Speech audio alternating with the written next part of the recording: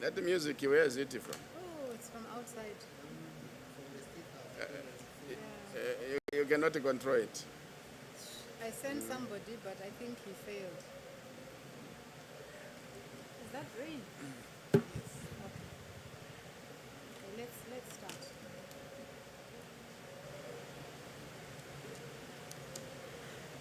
Good morning once again. Good morning, colleagues from the media. And good morning for those who are joining us online. Thank you very much for joining us for this first press briefing for today, Saturday, the 20th of July. And we are coming to you from Accra in Ghana, where the African Union is holding the 6th Media Coordination meeting. Today, I am joined by His Excellency Ambassador Albert Muchanga, and he is the Commissioner for Economic Development, Trade, Industry, and Mining at the African Union Commission. And today he is going to be talking to us and briefing us on a very important subject. I think many of you are aware that in about November last year, the African Union became a member of the G20. And so the AU has been preparing for its first meeting within the G20. And so Commissioner today is going to be breaking down for us what it means for Africa and how Africa is going to be how it is going to be represented by the African Union in that space. Before I hand over to Commissioner, let me introduce myself. My name is Wayne Musabayana, and I'm the Head of Communication at the African Union Commission. Commissioner, it's now time for you to take the floor and give the briefing. Thank you very much. Is the mic on? Okay. Yes.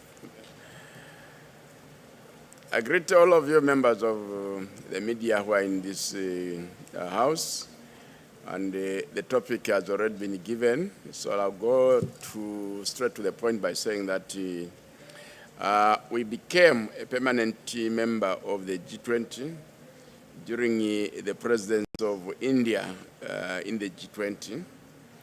And I think all of you as members of the media are very much aware that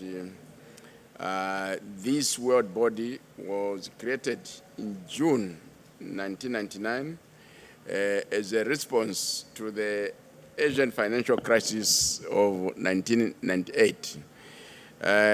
But the actual launch of the G20 was done by the G7 finance ministers and the central bank governors in September of 1999. And their vision was to create a new mechanism for regular, frank, unscripted, and informal dialogue among finance ministers and central bank governors with the aim of broadening the discussion of key economic and financial policy issues among systemically significant economies of the world economy, and also promote cooperation to achieve stable and sustainable global growth. And in 2007, it was upgraded to meet at the level of heads of state and government. And this was in response, actually, to the Asian crisis of 2007 itself. And the actual launch at the level of heads of state and government was in November 2008 under President George W. Bush of the US. He was leading the grouping around that time. And as a result of creating that leaders summit, there was a resolve among the leaders to make commitments, to make deals, and to make concessions to solve global economic problems at the highest levels of leadership. And since then, it has been known as the premier forum for international economic cooperation, and it has 3 focus areas. 1, promote policy coordination among its members and beyond to advance global economic stability and sustain growth. 2, promote regulations that reduce risks and prevent future financial crises. And 3, create a new financial architecture. There are currently 21 members, including the African Union, which is the latest entrant into the grouping. The issue of how the African Union is going to participate in the G20 was dealt with by the heads of state and government and the Executive Council when they met in February this year in Addis Ababa. And the decisions were as follows. When it comes to participation in the G20 Leaders Summit, the African Union is going to be represented by the current chairperson of the African Union and the chairperson of the African Union Commission. When it comes to participation in the ministerial meetings, and there are several of them, the chairpersons of the specialized technical committees, accompanied by the respective commissioners, are going to represent the African Union in the ministerial meetings of the G20. And we also have a number of technical working groups. And there, the directors across the African Union system who have worked in the G20 are going to be representing us. And to this end, we've come up with a directory of African Union representatives in the G20. Then there's also the issue of the Sherpa, the special envoy of the leader. And the Assembly decided that the commissioner holding the portfolio of economic development, trade, tourism, industry, and minerals, with emphasis on economic development, should be the Sherpa, and I'm currently the Sherpa. And that the country that is holding the position of chairperson of the African Union should have a deputy Sherpa or sous-Sherpa. And currently is Dr. Sid Ahmed Bou, is economic advisor to His Excellency Mohamed Ould Ghazouan, the President of the Islamic Republic of Mauritania, and currently chairperson of the African Union. And as part of strengthening our participation in the G20, we are making a special request to the member states to set up an African Union G20 coordination unit in the office of the Sherpa. That request is still under consideration by the member states. The G20 is organized among 2 tracks.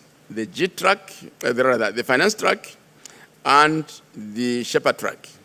So in the finance in the finance track, we have issues of international financial cooperation, issues of infrastructure, issues of compact with Africa, issues of sustainable finance, and other issues such as debt servicing.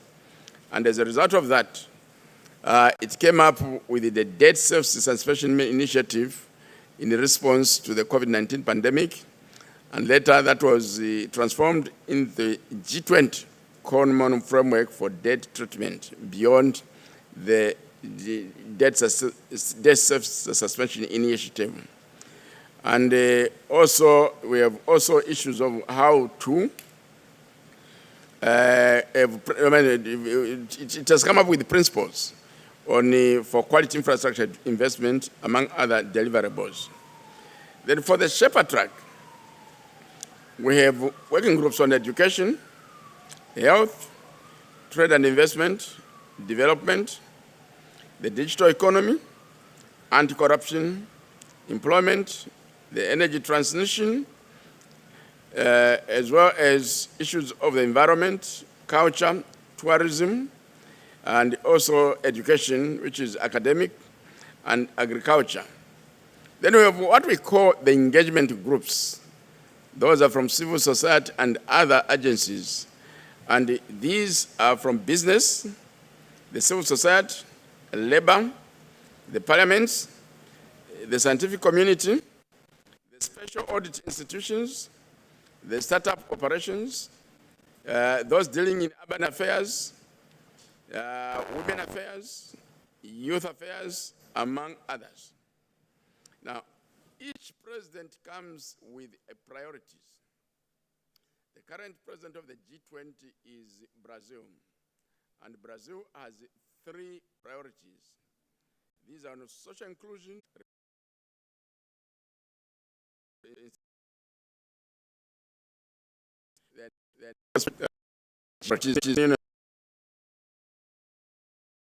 and